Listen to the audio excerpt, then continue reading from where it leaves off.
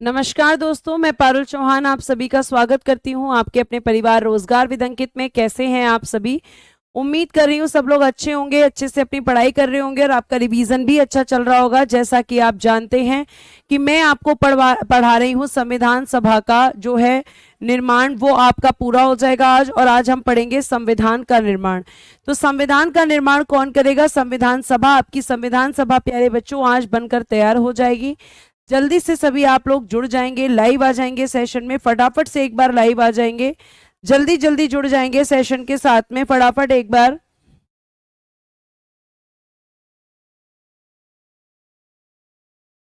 ठीक है, जल्दी से आप सभी लाइव आ जाइए प्यारे बच्चों। चलिए फटाफट एक बार लाइव आ जाएंगे आप सभी, बहुत बढ़िया, जल्दी से आ जाइए। शिवांगी, काजल, राम विश्वास, रोहित, मानवीर, मिशा, अंकित, अनुज, आमिर, राजन, मुकेश, विशाल, मुस्कान, सभी को मेरी तरफ से गुड इवनिंग, नमस्ते, राधे राधे, राम राम। प्यारे प्यारे बच्चों, कैसे हैं आप सभी? उम्मीद यही रहती है कि आप अच्छे होंगे, चंग होंगे।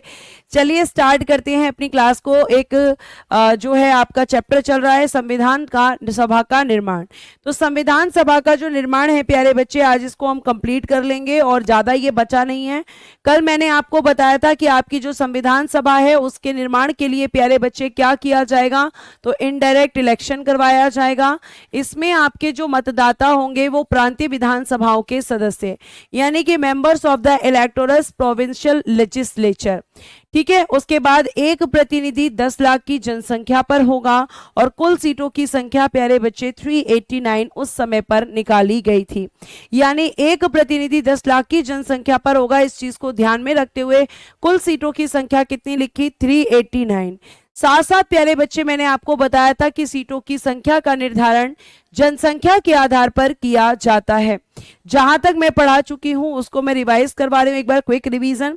ठीक है, उसके बाद मैंने बोला था कि आपको सीटों का विभाजन और डिवीजन ऑफ सीट्स, ये भी किस बेस पर होता है? जनसंख्या के आधार पर, बेस्ड ऑन पॉपुलेशन। अब मैंने आपको बताया था कि ब्रिटिश प्रांतों को 292 सीट, चीफ कमिश्नरी प्रांतों को 4 सीट और देसी रियासतों को 93 सीट। कल हमने प्यारे बच्चे आपकी सीटों का विभाजन कर दिया था और जब सीटों का विभाजन किया था तो मैंने आपको बताया था कि आपके जो 4 चीफ कमिश्नरी प्रांत हैं या 4 की, या आप कह सकते हो कि 4 वो आपके कौन कौन से हैं। तो मैंने आपको कल ही बताया था कि एक आपका दिल्ली है, दूसरा आपका अजमेर मारवाड़ है, अजमेर मारवाड़, ये सब हम कल पढ़ चुके हैं। ठीक है, एक मैंने आपको बताया था कुर्ग है और एक आज के समय में प्यारे बच्चे जो कि बलूचिस्तान है और जो कि आज के समय पाकिस्तान का भाग है। ये आपके क्या है? 4 आपके कमिश्नरी प्रांत हैं। चीफ कमिश्नरी प्रोविंस इनको कहते हैं और इनको 4 सीटें मिली थी। अब यहाँ पे ये सीटें जब बट गई प्यारे बच्चों, तो सीटें बटने के बाद अब यहाँ पे जरा ध्यान से और आराम से समझना। ठीक है, अब ध्यान से समझिएगा मेरी बात को बहुत अच्छे से। और वो आपको यहाँ पे क्या समझना है, ध्यान से मेरी बात को सुनिएगा। जब यहाँ पे ये सीटों का डिवीजन इन जगह पे कर दिया गया प्यारे बच्चों, इन सीटों को बांट दिया गया, तो यहाँ पे आपकी जो देसी रियासतें हैं इन्हें इंग्लिश में हम बोलते हैं प्रिंसली स्टेट्स। ध्यान से सुनना, प्रिंसली स्टेट्स मतलब कि ऐसी जगह जहां पर राजाओं और महाराजाओं का शासन था लेकिन कंट्रोल किसका था? अंग्रेजों का। तो प्यारे प्यारे बच्चे, इन देसी रियासतों ने कहा कि हम किसी भी संविधान सभा में शामिल नहीं होंगे, हम कोई भी संविधान सभा नहीं बनाना चाहते, हम आजाद रहना चाहते हैं, हम किसी के अधीन नहीं आना चाहते। ठीक है, ये आपको ध्यान रखना है बेटा। ये कल मैं पढ़ा चुकी हूं, आप इसको लिखने की जरूरत नहीं है, ये तो कल मैंने आपको पढ़ा दिया है श्वेता। ठीक है, क्लास शुरू होती नहीं है कि आप लोग के कमेंट्स इतनी तेजी से शुरू हो जाते हैं। थोड़ा टीचर को बोलने का मौका दें, तभी आपको चीजें समझ आएंगी। अगर आप मौका ही नहीं देंगे तो फिर कैसे चीजें समझ आएंगी?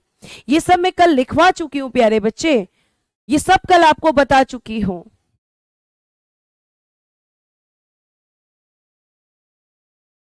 ठीक है, आगे देखिएगा। तो देसी रियासतों की जो आपकी सीटें हैं कितनी दी हैं आपने? 93 सीट्स दी हैं। तो आपके प्यारे बच्चे जब यहाँ पे 93 सीट्स इनको दी तो इन्होंने कहा कि हम किसी भी संविधान सभा में भाग नहीं लेंगे, यानी इनका सीधा सा मतलब था कि हम निर्वाचनों में शामिल नहीं होंगे। वो निर्वाचन जो संविधान सभा के लिए होने वाले हैं उनमें इन्होंने मना कर दिया कि हम शामिल नहीं होंगे। देखिएगा अगली स्लाइड पर लिखा है, अब आराम से पढ़ेंगे आप यहाँ पे ध्यान से देखिएगा क्या लिखा है। निर्वाचन संपन्न होने से पूर्व देसी रियासतों द्वारा निर्वाचन का बहिष्कार किया गया। प्यारे बच्चे ध्यान रखिएगा, बहिष्कार को थोड़ा ठीक कर लेंगे हिंदी में, बहिष्कार, ठीक है। बहिष्कार को कहते हैं बायकॉट, बहिष्कार। देखिएगा जरा, before the election was completed the Indian princely state boycott the elections. Election से पहले ही इन्होंने कह दिया कि हम अब आपके इलेक्शंस में शामिल नहीं होंगे। इलेक्शंस में शामिल होने से इन्होंने साफ मना कर दिया प्यारे बच्चे। यानी कि आप ये कह सकते हो कि ये जो 93 सीट्स हैं ये 93 सीट्स क्या हो गई, खाली हो गई। तो अब मुझे आप कमेंट बॉक्स में बताएंगे कि जब ये 93 सीट्स हट गई तो कितनी सीटों पर इलेक्शन होगा, तो कितनी सीटों पर, क्योंकि जो इन्होंने कहा कि हम इस इलेक्शन में शामिल नहीं होंगे तो प्यारे बच्चे यहां पर आपकी जो 93 सीट्स थी जो देसी रियासतों को दी गई थी ये आपकी खत्म हो गई, यानी ये सारी सीटें खाली हो गई। तो आप मुझे क्या बताएंगे, आप मुझे ये बताएंगे कि अब इलेक्शन कितनी सीटों के लिए होंगे, 389, 292, 296 या फिर आप बताएंगे इनमें से कोई नहीं। बहुत बढ़िया संकेत, बहुत बढ़िया प्रीतम, बिल्कुल सही है सईद, कुलदीप। जो बच्चे एकदम फोकस्ड होकर सुनते हैं वो तुरंत आंसर करते हैं कि मैम 296 सीटों के लिए होंगे, क्योंकि जो डिवीजन हुआ है उसमें हम कह सकते हैं कि इनके लिए और इनके लिए होंगे, क्योंकि प्रिंसली स्टेट्स ने तो मना कर दिया, साफ मना कर दिया कि हम यहां शामिल नहीं होंगे। तो जब ये शामिल नहीं होंगे तो अब देखिएगा 1946 में संविधान सभा के लिए निर्वाचन हुए। प्यारे बच्चे 1946 में क्या कराए गए, संविधान सभा यानी कि कॉन्स्टिट्यूएंट असेंबली के लिए प्यारे प्यारे बच्चों इलेक्शन हुए, ठीक है। इलेक्शन हुए, निर्वाचन हुए, और ये जो निर्वाचन हुए हैं प्यारे बच्चों ये कितनी सीटों पर होंगे, तो आपने बताया कि 296 सीट्स, क्योंकि मैम 93 सीट्स तो खाली हो गई, देसी रियासतों ने इलेक्शन में भाग लेने से मना कर दिया। सारे बच्चों ने बिल्कुल सही आंसर किया है प्यारे बच्चों ने कि मैम 296 सीट्स। अब आप जानते हैं कि पहले इलेक्शन होता है, इलेक्शन होने के बाद क्या होता है, तो इलेक्शन होने के बाद मैम रिजल्ट आता है। जैसे आपका एग्जाम होता है, एग्जाम होने के बाद आपका क्या डिक्लेयर होता है, रिजल्ट। तो इसी तरीके से प्यारे बच्चे जब निर्वाचन हुआ तो निर्वाचन के बाद आएगा परिणाम। देखिएगा जरा यहां पर लिखा हुआ है 206 सीटों पर निर्वाचन, सॉरी यहाँ पे 296 कीजिएगा, गलती से 206 टाइप हो गया है ये।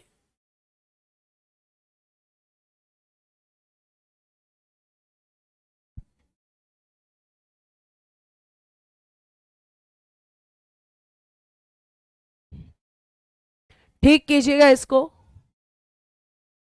296, 296, ठीक है। आगे देखिएगा अब क्या होगा, निर्वाचन हो गया, निर्वाचन के बाद में रिजल्ट आता है, निर्वाचन के पश्चात परिणाम की घोषणा, declaration of result after election. और कितनी सीटें थी, 296 सीटों पे। तो प्यारे बच्चे इसमें से 208 सीटें मिली आईएनसी को, ठीक है। आईएनसी यानी कि इंडियन नेशनल कांग्रेस को मिली। जी हाँ प्यारे बच्चे, इलेक्शन जो हुए हैं ये आपके जुलाई 1946 में हुए हैं, बिल्कुल सही कमेंट किया है, बिल्कुल सही है विनीत, जुलाई 1946 में इलेक्शंस हुए हैं। इलेक्शंस होने के बाद इलेक्शन की घोषणा की गई जिसमें कहा गया कि इंडियन नेशनल कांग्रेस यानी जो आईएनसी है उसको यहाँ पे 208 सीटें मिली हैं, और जो मुस्लिम लीग है उसे 73 सीटें मिली हैं, और जो 15 सीट हैं इनमें से हम कह सकते हैं कि जो 7 सीट हैं, ठीक है, 17 नहीं है, ये 7 है, ध्यान से सुनना।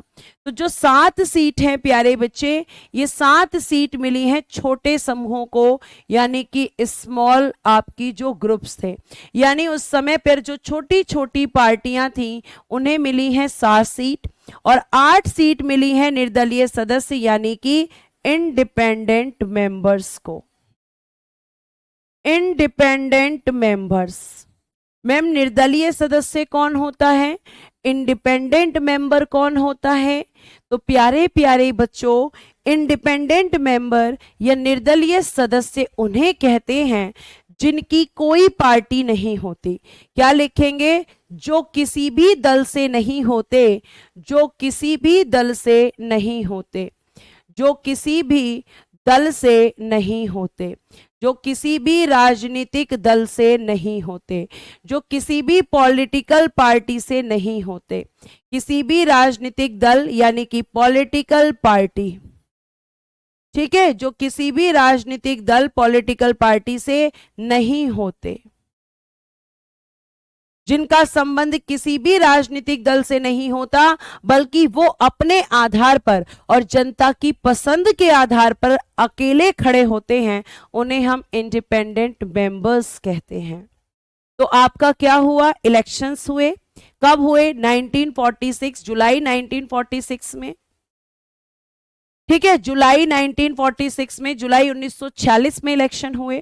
और ये जो इलेक्शन हुए, इनके इलेक्शन कितनी सीटों पर? तो प्यारे बच्चे 296 सीटों पर, 296 सीटों पर हुए। और 296 सीटों पर जब इलेक्शन हुए, तो इलेक्शन में ये 296 सीटों में से किस किस को कितनी सीटें मिली? तो आप कहोगे कि 208 आईएनसी को, 73 सीट मुस्लिम लीग को, और 15 सीट में से 7 सीटें आपकी छोटे समूह यानी कि जो उस समय की छोटी छोटी पार्टी थी, क्योंकि मेन पार्टी तो प्यारे बच्चे आपकी ये 2 थी। हाँ जी कुलदीप, बोल सकते हैं, ठीक है। और 15 सीट जो हैं आपके, 15 को 2 चीजों में डिवाइड, 7 में स्मॉल ग्रुप्स और 8 सीटें प्यारे बच्चे इंडिपेंडेंट मेंबर्स को। ये आपको ध्यान रखना है, ठीक है। लिखने का काम आप बाद में करेंगे क्लास में, ये सिर्फ इसलिए कि मैं आपको लिखने का टाइम दूं, या तो आप मेरे साथ लिखो और नहीं तो आप क्लास के बाद करेंगे, और आगे से मैं आपको एडवांस पीडीएफ दे दूंगी, आप आराम से नोट्स बनाइएगा। क्लियर है? अब यहां पे इलेक्शन हुए, तो आप मुझे कमेंट करके बताओ कि सबसे ज्यादा सीटें किसको मिली हैं, जल्दी बताइए, सबसे ज्यादा सीटें किसको मिली हैं?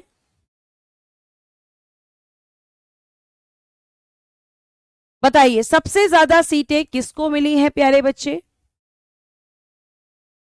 क्वेश्चन कैसे पूछेगा? नीतीश कुमार क्वेश्चन पूछेगा कि आपके संविधान सभा के इलेक्शन कब हुए। मैं पूछूंगी लास्ट में क्वेश्चन, परेशान होने की जरूरत नहीं है, और आपको वर्कशीट दी जाएगी।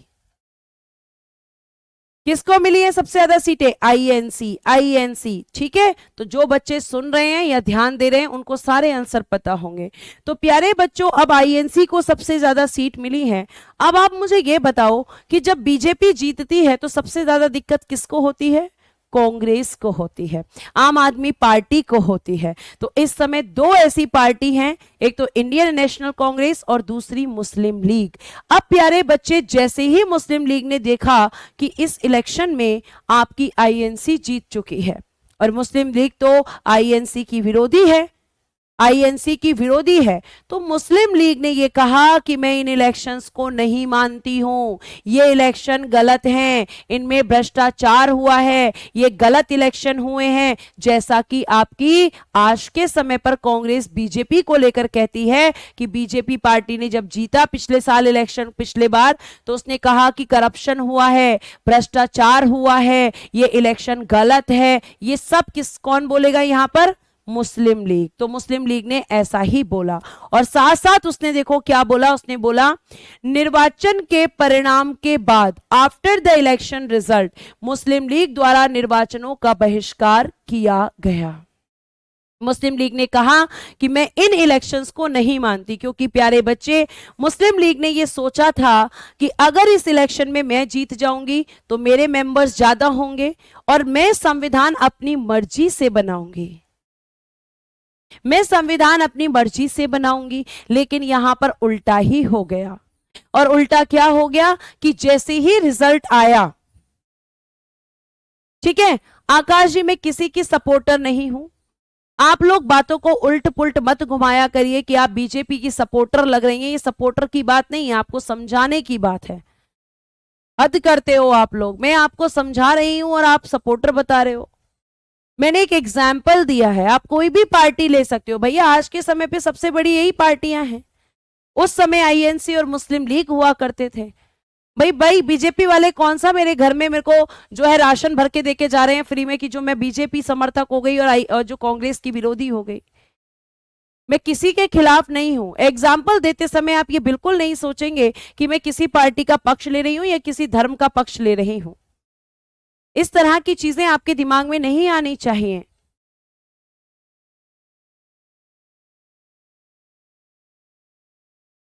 ठीक है, अब ध्यान से सुनिएगा। और अगर आप इस तरीके से करेंगे, सिर्फ और सिर्फ अगर आप फोकस अपने कमेंट्स पर करेंगे, तो आप ध्यान रखिएगा उतना ही आप सिलेक्शन से दूर हैं। जितनी तेजी से इस क्लास के अंदर कमेंट्स चल रहे हैं वो यही बताते हैं कि इस क्लास के बच्चों का पूरा पूरा फोकस किसका है, पूरा फोकस किस पर है, केवल और केवल कमेंट्स पर।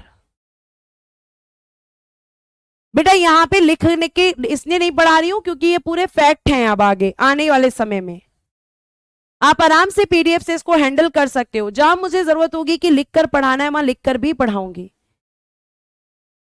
और अगर आप ऐसे ही कमेंट करते रहेंगे तो आपको कभी समझ में नहीं आएगा। पढ़ने वाला बच्चा हर तरीके से पढ़ लेता है। ठीक है, अब देखिए यहां पर, तो जैसे ही इलेक्शन का रिजल्ट डिक्लेयर हुआ तो मुस्लिम लीग को दिक्कत हुई। और वो मुस्लिम लीग को जब दिक्कत हुई प्यारे बच्चे, तो उसने कहा कि मैं इलेक्शंस को बायकॉट करती हूं, मैं इलेक्शन का बहिष्कार करती हूं, मैं इन इलेक्शंस को नहीं मानती। लेकिन अब ये माने या ना माने, इलेक्शन हो चुके हैं और संविधान सभा भी बन चुकी है। तो प्यारे बच्चे देखिएगा यहां पर, संविधान सभा का गठन कब हुआ? 6 दिसंबर 1946। इंपॉर्टेंट है, क्वेश्चन पूछा जाएगा संविधान सभा का गठन कब हुआ, तो आप कहेंगे संविधान सभा का गठन मैम यहां पर 6 दिसंबर 1946 को हुआ था। ठीक है, ये आपको ध्यान रखना है। तो आपकी संविधान सभा बन चुकी है। और संविधान सभा कैसे बनी? तो कैबिनेट मिशन के द्वारा। तो अब आपका नया चैप्टर क्या होगा? संविधान का निर्माण। नया चैप्टर होगा आपका संविधान का निर्माण, making of constitution. Making of constitution, संविधान का निर्माण। और प्यारे बच्चों, संविधान का निर्माण कौन करेगा? तो आप कहेंगे कि संविधान का जो निर्माण करेगी, इस संविधान का निर्माण कौन करेगा? तो आपको मैंने अभी बताया कि संविधान सभा बनाएगी। कौन बनाएगा बेटा संविधान? तो आप कहेंगे संविधान सभा। जो संविधान सभा आपकी 6 दिसंबर 1946 को गठित हुई है, वही संविधान सभा के बेटा मेंबर्स बैठेंगे और बैठकर क्या करेंगे? सभाएं करेंगे। संविधान सभा का गठन 6 दिसंबर को हुआ है अंकित, और उसकी बैठक 9 दिसंबर को होगी। अब ये जब गठन हो चुका तो सारे सदस्य बैठेंगे और बैठकर मीटिंग करेंगे, और वही मीटिंग्स आपको पढ़नी है। और वो मीटिंग में आपकी 3 मीटिंग्स बहुत इंपॉर्टेंट हैं, 9 दिसंबर, 11 दिसंबर और 13 दिसंबर। 3 मीटिंग्स यहां पर होंगी, लेकिन टोटल मीटिंग्स कितनी होंगी, कितने सेशंस हुए, कितना खर्चा आया, क्या क्या चीजें हुई, ये सब आपको इसी चैप्टर में पता चलेगा। और आप मेरी बात को ध्यान से सुनिए, ठीक है। तो संविधान सभा क्या करेगी? बैठक। तो प्यारे बच्चे, अगला आपका जो टॉपिक है वो है भारतीय संविधान का निर्माण। और भारतीय संविधान का जब निर्माण होगा तो आपकी जो संविधान सभा बनी है, उस संविधान सभा की अगर हम बात करें तो प्यारे बच्चे आपको एक हेडिंग देनी है कि संविधान सभा की प्रथम बैठक। क्यों करेगी मैम बैठक? क्योंकि इसे बनाना है संविधान। और प्यारे बच्चे, जब ये मीटिंग करेंगे तभी तो बैठकर डिसाइड करेंगे कि कैसे संविधान बनेगा, संविधान में क्या चीजें होनी चाहिए, ये सब आपको बताना है। तो संविधान सभा की प्रथम बैठक आपसे प्रश्न पूछा जाएगा कब हुई थी, तो आप आंसर करेंगे 9 दिसंबर 1946।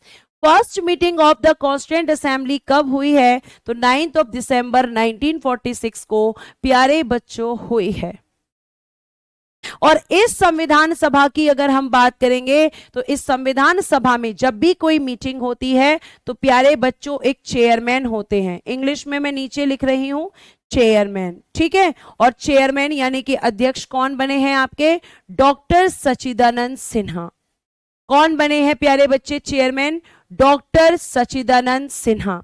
लेकिन ये जो डॉक्टर सच्चिदानंद सिन्हा हैं, इनके बारे में एक चीज और जान लीजिए। जो डॉक्टर सच्चिदानंद सिन्हा हैं, ये प्यारे बच्चों ध्यान से सुनना, ये आपके अस्थाई अध्यक्ष हैं। अस्थाई अध्यक्ष यानी कि एडहॉक चेयरमैन है, यानी कि ये परमानेंट नहीं है। एडहॉक चेयरमैन यानी कि ये परमानेंट नहीं है। आप कह सकते हो कि मैम परमानेंट क्यों नहीं है, क्योंकि प्यारे बच्चे 6 दिसंबर को आपकी संविधान सभा बनी। 6 दिसंबर को आपकी संविधान सभा बनी और तीन दिन बाद ही उसकी मीटिंग हुई। तो ये समय नहीं मिल पाया कि किसको अध्यक्ष बनाया जाए, तो सच्चिदानंद सिन्हा जी को बनाया गया। और किसके कहने पर बनाया गया, तो आचार्य जेबी कृपलानी के कहने पर। आचार्य जेबी कृपलानी के कहने पर। आचार्य जेबी कृपलानी के कहने पर इनको आपकी संविधान सभा का अस्थाई अध्यक्ष यानी कि टेम्पररी यानी कि कुछ समय के लिए, परमानेंट नहीं, ठीक है। फिर आपकी बात आती है कि भैया अगर बैठक हो रही है तो आखिर ये बैठक कहां पर हुई थी, ये मीटिंग कहां हुई थी, तो प्यारे बच्चे नई दिल्ली में।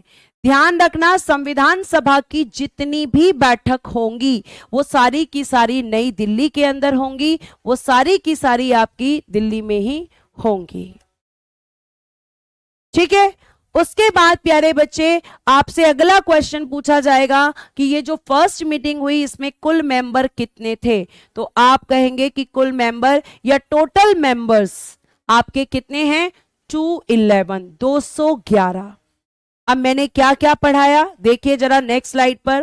फर्स्ट मीटिंग, आंसर आप करोगे, पूरा रिवीजन करवा रही हूं मैं। प्रथम बैठक, बताइएगा कि अध्यक्ष कौन थे, आपको बताना है, ठीक है। और ये कब हुई थी ये बताना है। फिर आपको बताना है स्थान क्या था, और आपको बताना है कि इसमें कुल सदस्य यानी कि टोटल मेंबर्स कितने थे। देखती हूं किस किस को समझ में आ गया है। जो आंसर करेंगे उन सबको समझ में आ गया है, बताइए जल्दी से। इसमें आपके अध्यक्ष कौन थे, ये मीटिंग कब हुई थी, इसमें कुल सदस्य कितने थे और स्थान क्या था, बताइए जल्दी से प्यारे बच्चे इस प्रश्न का उत्तर। सारे प्रश्नों के बहुत बढ़िया, जो बच्चे फोकस्ड है क्लास में वो बिल्कुल बता पाएंगे। बिल्कुल सही है, 9 दिसंबर 1946। जितना कलम और कॉपी चलेगा और जितना आपका दिमाग बोर्ड पर होगा उतना आपके भलाई के लिए अच्छा होगा।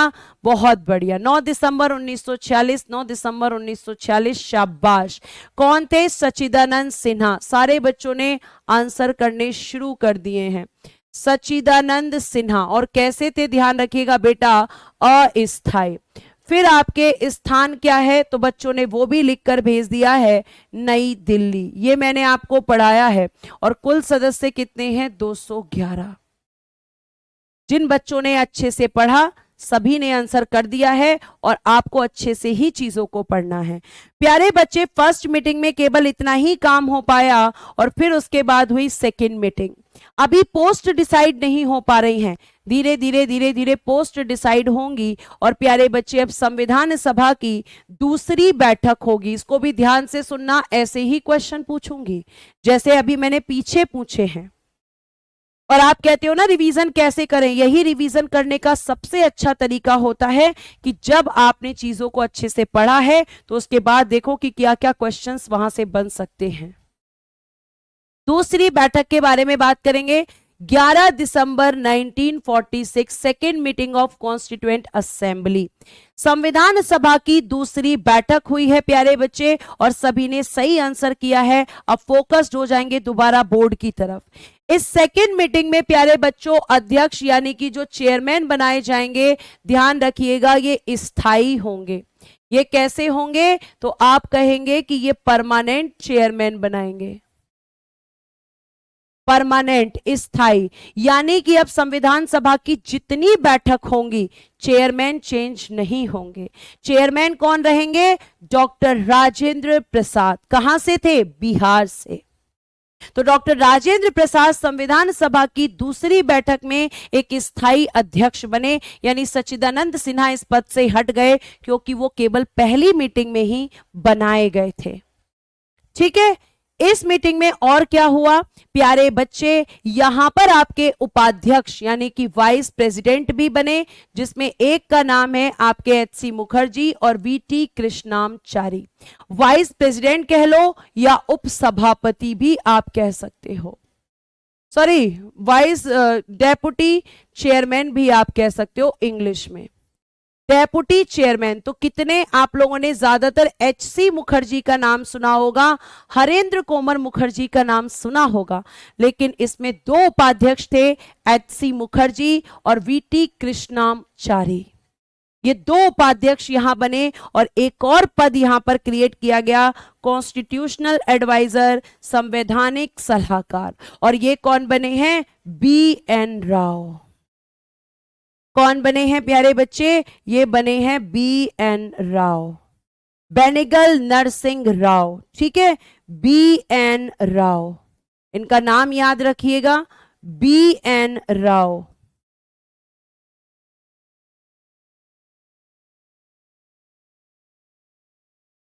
बी.एन. राव, बी.एन. राव, बेनेगल नरसिंह राव। क्लियर है? आगे तो यह आपकी दूसरी बैठक हुई। दूसरी बैठक में कौन कौन किस किस पद पर है अब रिवाइज कर लो, फिर से रिवाइज कर लो।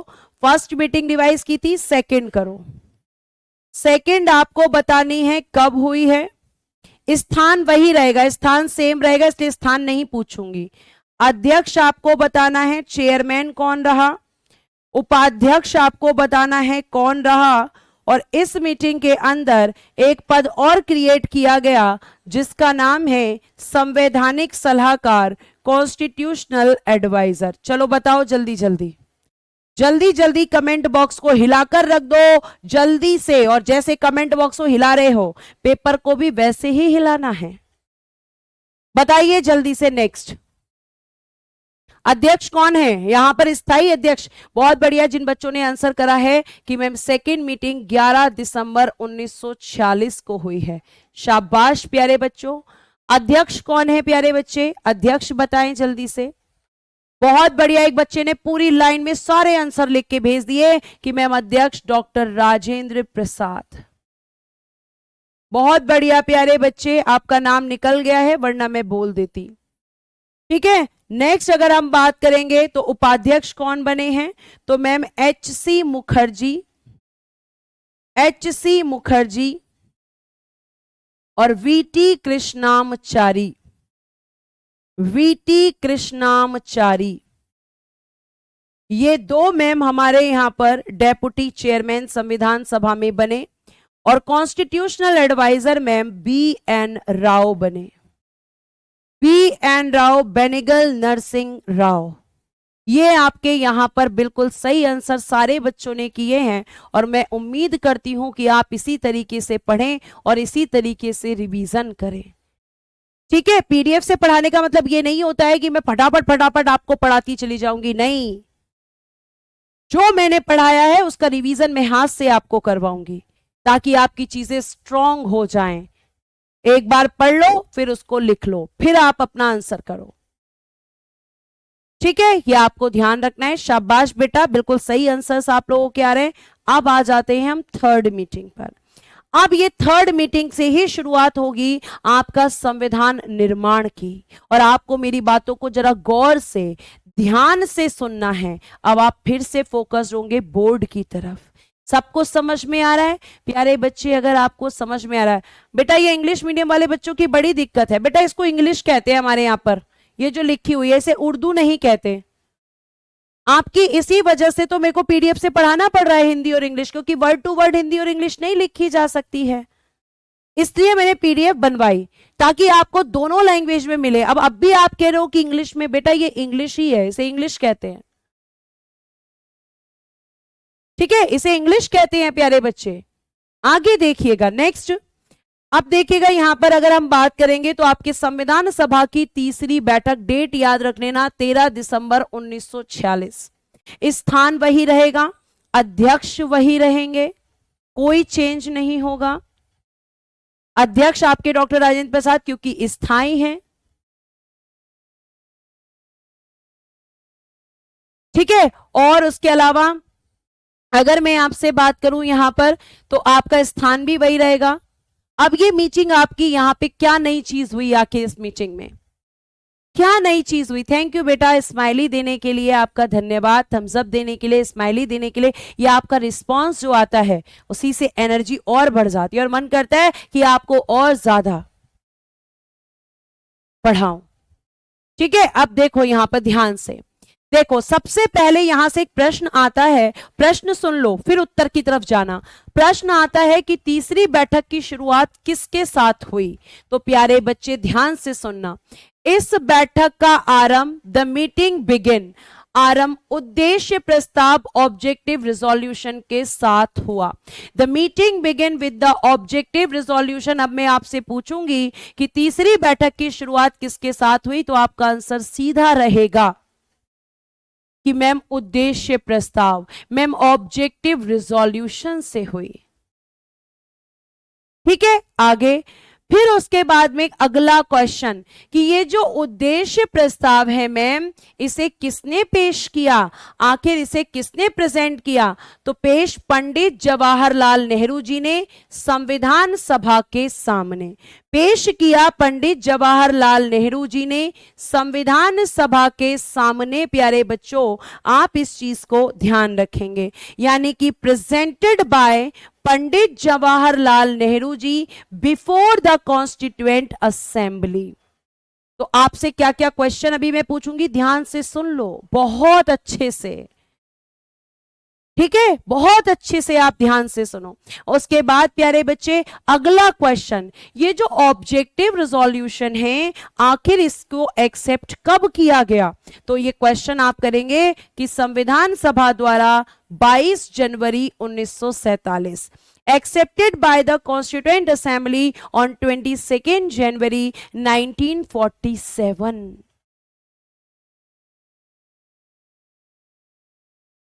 ठीक है, ये आपको ध्यान रखना है।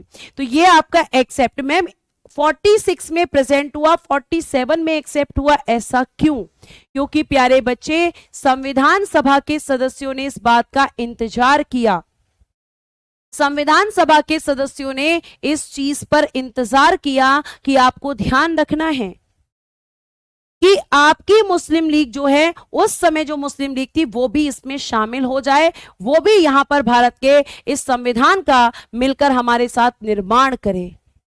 लेकिन ऐसा कुछ नहीं हुआ और संविधान सभा ने जब बहुत दिनों तक इंतजार किया और कोई रिस्पांस नहीं आया, तो प्यारे प्यारे बच्चों उसने इस उद्देश्य प्रस्ताव को स्वीकार किया। अब उद्देश्य प्रस्ताव क्या था ये मैं आपको बाद में बताऊंगी, पहले एक बार क्विक रिवीजन ले लेते हैं कि थर्ड मीटिंग में क्या हुआ। चलिए आंसर करेंगे सारे बच्चे। थर्ड मीटिंग क्लास में ही याद हो जाना चाहिए आपको। थर्ड मीटिंग कब हुई? थर्ड मीटिंग की शुरुआत यानी कि इसकी बिगिनिंग किसके साथ हुई? उद्देश्य प्रस्ताव को किसने पेश किया? उद्देश्य प्रस्ताव किसने पेश किया और उद्देश्य प्रस्ताव को कब स्वीकार किया गया? ये 3-4 क्वेश्चन यहां से बनेंगे। बताइए थर्ड मीटिंग क्या हुई प्यारे बच्चे, बताइए जल्दी से, कब हुई थर्ड मीटिंग? बहुत बढ़िया मैम, 13 दिसंबर 1946। शाबाश प्यारे बच्चे, 13th of December 1946। शुरुआत किसके साथ हुई ये भी बताना है कि थर्ड मीटिंग की जो बिगिनिंग हुई है वो किसके साथ हुई। बेटा सारी मीटिंग नई दिल्ली में ही होंगी, अब बार बार आपको बताने की ये जरूरत नहीं पड़नी चाहिए। उद्देश्य प्रस्ताव, बहुत बढ़िया, शाबाश। ऑब्जेक्टिव रिजोल्यूशन के साथ हुई, उद्देश्य प्रस्ताव के साथ हुई, बिल्कुल, वेरी गुड प्यारे बच्चे। उसके बाद ये प्रस्ताव किसने पेश किया, आंसर कीजिए। बहुत बढ़िया आंसर सबका, कुछ बच्चे तो एक साथ सारा आंसर लिख के भेज देते हैं, वेरी गुड बेटा, बहुत बढ़िया। ठीक है, तो आपका किसने पेश किया, पंडित जवाहरलाल नेहरू जी ने। पंडित जवाहरलाल नेहरू जी। जिन बच्चों को हाथ से चाहिए था हाथ से भी लिख रही हूं। स्वीकार कब किया बताइए, स्वीकार कब किया, बहुत बढ़िया बहुत बढ़िया, लेकिन स्वीकार कब किया ये भी बता दो। स्वीकार मैम 22 जनवरी 1947, और यहीं से आपके ये क्वेश्चंस यहाँ पे खत्म होते हैं। देखो स्वीकार किसने किया, जाहिर सी बात है संविधान सभा ने, क्योंकि संविधान सभा के सामने ही इस प्रस्ताव को पेश किया गया था। अब क्वेश्चन ये उठता है कि ma'am what is objective resolution, उद्देश्य प्रस्ताव क्या है। आप ये भी हमें बता दो कि आखिर ये उद्देश्य प्रस्ताव क्या है। What is objective resolution? What is objective resolution? ध्यान से सुनना, ऑब्जेक्टिव रिजोल्यूशन। प्यारे बच्चों अगर मैं आपसे कहूं कि उद्देश्य प्रस्ताव क्या है, तो एक वर्ड में प्यारे बच्चे इसका आंसर होगा कि आज जो आपके संविधान में आपकी प्रस्तावना है, आज आपके संविधान में जो आपका प्रीएम्बल है वही एक्चुअली उद्देशिका थी। यानी कि आज के समय का जो प्रीएम्बल आप पढ़ते हो, हम भारत के लोग भारत को संपूर्ण प्रभुत्व संपन्न समाजवादी पंथ निरपेक्ष बनाना चाहते हैं। ये सब जो आप चीजें उसमें पढ़ते हो, ये सारी चीजें प्यारे बच्चे ऑब्जेक्टिव रिजोल्यूशन में थी। यानी कि ये ऑब्जेक्टिव रिजोल्यूशन प्यारे बच्चे आपका सोर्स है। किसका सोर्स है, ये स्रोत है। किसका स्रोत है, तो मैं कहूंगी प्रस्तावना का, प्रीएम्बल का, क्योंकि जो बातें प्रस्तावना में लिखी हैं वही बातें प्यारे बच्चे उद्देशिका में लिखी हुई थी। और उद्देशिका ने ये बता दिया था कि हमारा संविधान कैसा होना चाहिए। उसने बता दिया था कि हमारे संविधान में स्वतंत्रता हो, हमारे संविधान में जो है न्याय हो, हमारे संविधान में लोगों में प्यार हो, एकता हो, बंधुता हो, ये सब लिखा हुआ था जो आज के समय आप प्रस्तावना में देखते हैं। पेश कौन सी तारीख को किया, कार्तिक कटारिया करके कुछ नाम लिखा हुआ है, तो बेटा 13 दिसंबर को पेश किया, ऊपर लिखा हुआ है। ये आप ध्यान रखिएगा, पेश करने की तारीख वही तो है, क्योंकि शुरुआत ही इस प्रस्ताव के साथ हुई है। तो 13 दिसंबर को पेश किया प्यारे बच्चे। और ये क्या था उद्देश्य प्रस्ताव, तो जैसे आज की हमारी प्रस्तावना है ऐसा ही उद्देश्य प्रस्ताव था। अब जैसे ही लोगों को, हमारे संविधान सभा के लोगों ने ये देख लिया कि अच्छा हमारा संविधान ऐसा होना चाहिए, तो उन्होंने, एक व्यक्ति हैं जिनका नाम आप आगे पढ़ेंगे, फिर से आप पढ़ेंगे, B.N. राव। जरा ध्यान से सुनना, एक व्यक्ति हैं जिनका नाम है B.N. राव। प्यारे बच्चे इन्हें संविधान सभा ने, इन्हें आपकी संविधान सभा ने, B.N. राव को संविधान सभा ने एक जिम्मेदारी दी, ने एक जिम्मेदारी दी। और वो जिम्मेदारी क्या थी, वो रिस्पॉन्सिबिलिटी क्या थी, जिम्मेदारी दी। और वो जिम्मेदारी क्या है, तो इन्होंने कहा कि संविधान का प्रथम प्रारूप तैयार करने की, संविधान का प्रथम प्रारूप तैयार करने की, प्रथम प्रारूप तैयार करने की, कि आपको संविधान का एक प्रारूप तैयार करना है, आपको कॉन्स्टिट्यूशनल ड्राफ्ट प्रिपेयर करना है। तो आपसे अगर पूछा जाएगा first constitutional draft prepared by आपके B.N. राव, संविधान सभा ने कहा B.N. राव साहब से कि B.N. राव साहब आप कॉन्स्टिट्यूशनल ड्राफ्ट प्रिपेयर कीजिए। मैम ये ड्राफ्ट क्या होता है, तो प्यारे बच्चे जब आप किसी भी मान लीजिए कि आपको एक घर बनाना है, तो आपने घर के बारे में पहले सोचते हो कि मैं घर यहां बनाऊंगा, घर में इतने कमरे होंगे, उसमें मंदिर होगा, उसमें पार्किंग होगी, उसमें ड्राइंग रूम होगा। तो आप क्या करते हो, आप एक चीज को सोच लेते हो। तो ड्राफ्ट का मतलब होता है कि किसी चीज को रफली तैयार कर लेना, मतलब कि वो कैसा होगा। आइडिया किसने दे दिया, उद्देश्य प्रस्ताव ने। अब ये ड्राफ्ट इन्हें तैयार करना था और ये ड्राफ्ट तैयार करने की जिम्मेदारी किसको दी गई थी, वीएन राव को दी गई थी।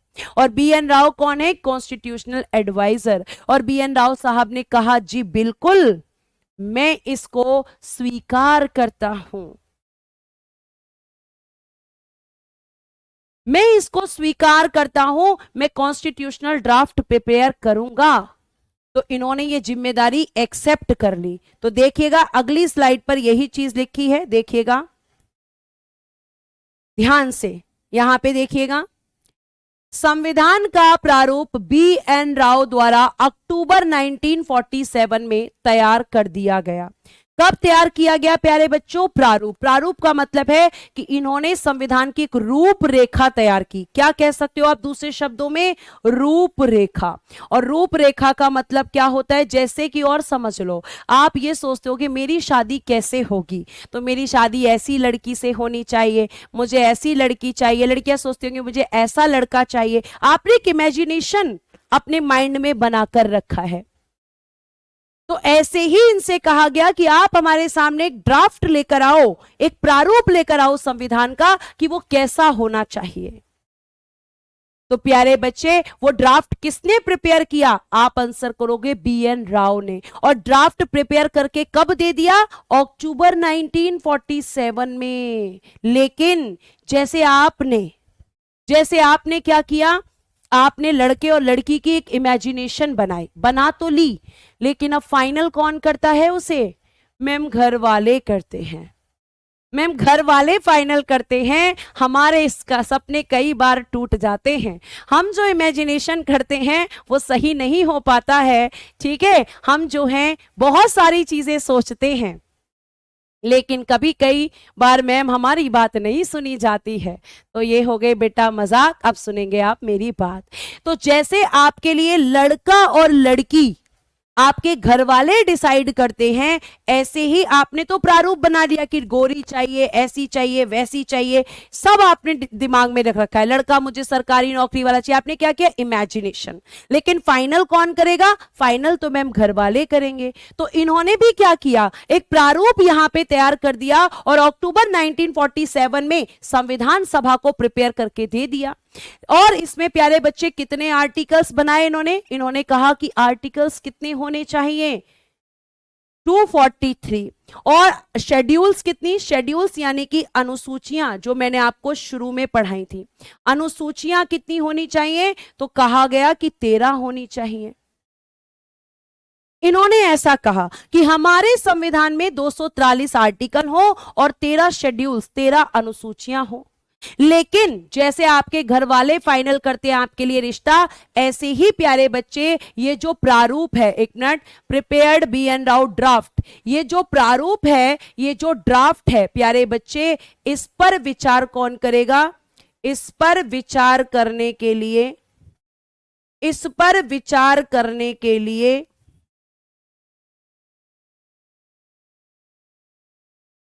प्रारूप समिति का गठन, प्रारूप समिति का गठन। आपके इस प्रारूप पर डिस्कशन करने के लिए, यानी ये जो ड्राफ्ट, ये रूपरेखा, जैसे आपके लिए लड़का लड़की कौन फाइनल करता है, मम्मी पापा, ऐसे ही इस प्रारूप को कौन फाइनल करेगा, ये प्रारूप समिति करेगी, ये ड्राफ्टिंग कमेटी इसको फाइनल करेगी। और प्यारे बच्चे अगर हम बात करते हैं ड्राफ्टिंग कमेटी की, अगर हम बात करते हैं ड्राफ्टिंग कमेटी की, तो ये जो ड्राफ्टिंग कमेटी है, ये ड्राफ्टिंग कमेटी आपका किसके लिए बनाई गई है कि बीएन राव साहब जो प्रारूप तैयार करेंगे उस पर ये डिस्कशन करेगी कि ये सही बना है, गलत बना है। भैया तुमने लड़की सही फाइनल करी है, तुमने लड़का सही फाइनल करा या नहीं करा, ये तो घर वाले डिसाइड करते हैं। तो यहां पर भी कुछ ऐसा ही होगा। यहां पर भी कुछ ऐसा ही हो जाएगा। अब देखो यहां पे एक ट्विस्ट आएगा और आप बड़ा कंफ्यूज हो जाओगे कि प्रारूप बाद में तैयार हुआ और समिति पहले ही बन गई। प्यारे बच्चे, ये जो ड्राफ्टिंग कमेटी है, संविधान सभा बड़ी होशियार थी, उसने इस ड्राफ्टिंग कमेटी का गठन कब कर दिया था? 29 अगस्त 1947 को ये समिति का गठन कर दिया था, इसे फॉर्म्ड कर दिया था। अभी बताऊंगी कि इसके अध्यक्ष कौन थे, इसमें सदस्य कितने थे, ये सब आपको बताऊंगी। अब ये जो आपकी, अब आप कहोगे मैम समिति पहले बन गई और ड्राफ्ट बाद में प्रिपेयर हुआ, ऐसा कैसे? तो प्यारे बच्चे, संविधान सभा ये बहुत अच्छे से जानती थी कि जब प्रारूप बनेगा तो उस पर डिस्कशन करने के लिए एक आपकी समिति की जरूरत पड़ेगी, उस पर चर्चा करने के लिए, उस पर चर्चा करने के लिए एक समिति चाहिए होगी। तो आपकी संविधान सभा ने प्रारूप के तैयार होने से पहले ही ये आपकी समिति गठित कर दी थी और इस समिति से कहा गठन करने के बाद कि जैसे ही प्रारूप तैयार होगा आपका काम शुरू हो जाएगा। यानी समिति एडवांस में बना दी थी। और प्यारे बच्चे, अगर हम बात करें यहां पर तो आपका प्रारूप अक्टूबर में बन के आया। जैसे ही BN राव साहब ने प्रारूप बनाया, समिति ने अपना काम करना शुरू कर दिया। उसके बाद तो इस समिति में कौन कौन शामिल था मैम, देखिएगा। प्रारूप समिति सबसे पहले कार्य संविधान के प्रारूप पर चर्चा करना। Drafting committee function to discuss the draft of the constitution. तो प्रारूप समिति का कार्य क्या है प्यारे बच्चे?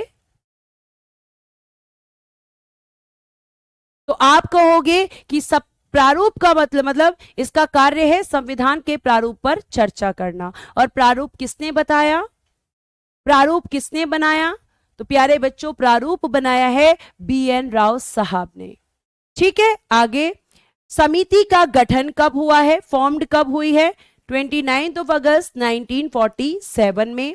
इसमें चेयरमैन, अध्यक्ष कौन है? डॉक्टर BR अम्बेडकर, यानी डॉक्टर भीमराव अंबेडकर साहब इसके चेयरमैन हैं। ये फॉर्म्ड कब हुई है? 29 अगस्त 1947। फिर इसमें प्यारे बच्चों आपके अदर मेंबर्स, अदर मेंबर्स कितने हैं? अदर मेंबर्स, आप कहोगे कि अदर मेंबर्स तो मैम 6 हैं, लेकिन अगर पूछ लिया जाए कि टोटल मेंबर्स कितने होंगे, टोटल मेंबर्स यानी कि कुल सदस्य, तो 1 + 6 यानी कि 7, क्योंकि टोटल में चेयरमैन भी शामिल हो जाते हैं। हाँ जी, discuss the draft of the constitution. ठीक है, अब ध्यान से सुनिएगा।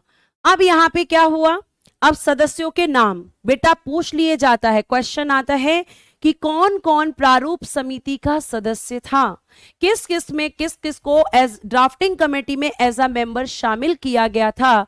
तो फर्स्ट देखिएगा KM मुंशी, कन्हैयालाल मनिकलाल मुंशी, N गोपाल स्वामी आयंगर। ठीक है, आगे फिर देखिएगा मोहम्मद सादुल्ला और अल्लादी कृष्णा स्वामी अय्यर, अल्लादी कृष्णा स्वामी अय्यर। 4 तो आपके हो गए। 5वां BL मित्र और 6ठे DP खेतान। तो कौन कौन? KM मुंशी, मोहम्मद सादुल्ला, N गोपाल स्वामी अय्यर और आपके अल्लादी कृष्णा स्वामी अय्यर, BL मित्र और DP खेतान। लेकिन इसमें प्यारे बच्चे ट्विस्ट आया, और ट्विस्ट क्या आया सुनिए जरा। आपके जो BL मित्र हैं, ठीक है, यहां पे देखिएगा BL मित्र, BL मित्र ये क्या होते हैं? आगे चलकर हट जाते हैं, आगे चलकर हट जाते हैं, यानी आगे कुछ समय बाद ये हट जाते हैं। और जब ये हट जाते हैं तो जाहिर सी बात है बेटा इनका पद खाली होगा, और जब इनका पद खाली होगा तो कौन आ जाएंगे? N माधव राव। तो क्वेश्चन आएगा कि जो BL मित्र हैं इनके स्थान पर कौन आया, स्थान पर कौन? तो आप आंसर लिखोगे N माधव राव। क्यों? क्योंकि आगे चलकर ये अपने पद से हट गए। और प्यारे बच्चे एक नाम आपको और दिख रहा होगा, डीपी खैतान। इनकी आगे चलकर हो जाती है डेथ, इनकी हो जाती है मृत्यु, और जब इनकी मृत्यु होती है तो इनका भी पद खाली होता है और इनके स्थान पर आते हैं टीटी कृष्णामचारी। ये क्वेश्चन बहुत पूछा जाता है कि आपके बीएल मित्र की जगह कौन आए, तो एन माधव राव आए, और डीपी खैतान की जगह कौन आए, तो टीटी कृष्णामचारी आए। ये 7 सदस्यों से मिलकर आपकी प्रारूप समिति बनी, और इस प्रारूप समिति ने, हाँ बेटा नाम पूछे जाएंगे, बिल्कुल पूछे जाएंगे, और पूछे क्यों जाएंगे कि भैया बताओ कौन आपका प्रारूप समिति का सदस्य नहीं था। 4 ऑप्शन देंगे, 3 उसमें रहेंगे, 1 नहीं रहेगा। अगर आपको याद नहीं होगा तो आप आंसर नहीं कर पाओगे। टीटी था बेटा, वीटी नहीं था। वीटी वहां पर हैं आपके उपाध्यक्ष जो हैं सचित सिंह राजपूत, वीटी नहीं टीटी, दोनों अलग अलग नेम हैं। फिर वही बात, बीटी नहीं होगा बेटा, बीटी यहां होगा, ये रहे बीटी, ये रहे बीटी, बीटी उपाध्यक्ष बने थे, बीटी नहीं होगा, टीटी होगा। ठीक है, यह आपको ध्यान रखना है।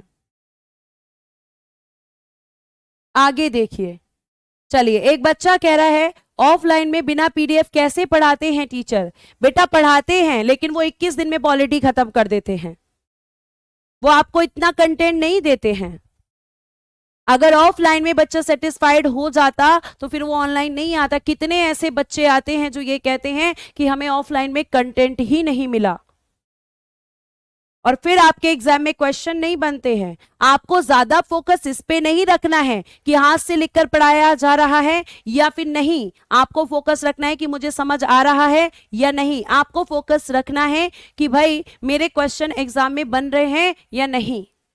और मैं 100% गारंटी से कह सकती हूं कि जो बच्चा फोकस होकर पढ़ रहा है वो एक एक क्वेश्चन को यहां से कर देगा। और अगर आपको एक बात बताऊं, जब मैं आपको वर्कशीट दूंगी तो आप खुद देख लोगे कि मैम ने जितना हमें पढ़ाया था सारे क्वेश्चंस बन रहे हैं।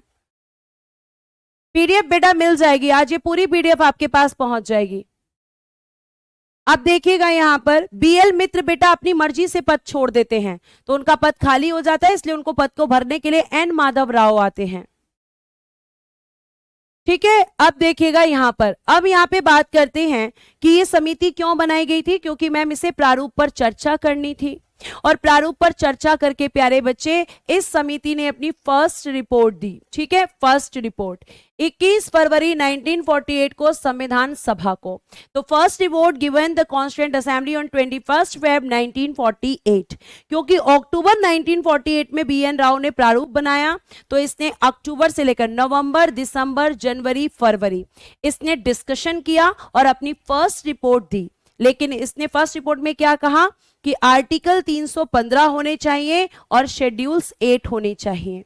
लेकिन बीएन राव साहब ने क्या कहा था, उनका भी एक बार फिर से देखो।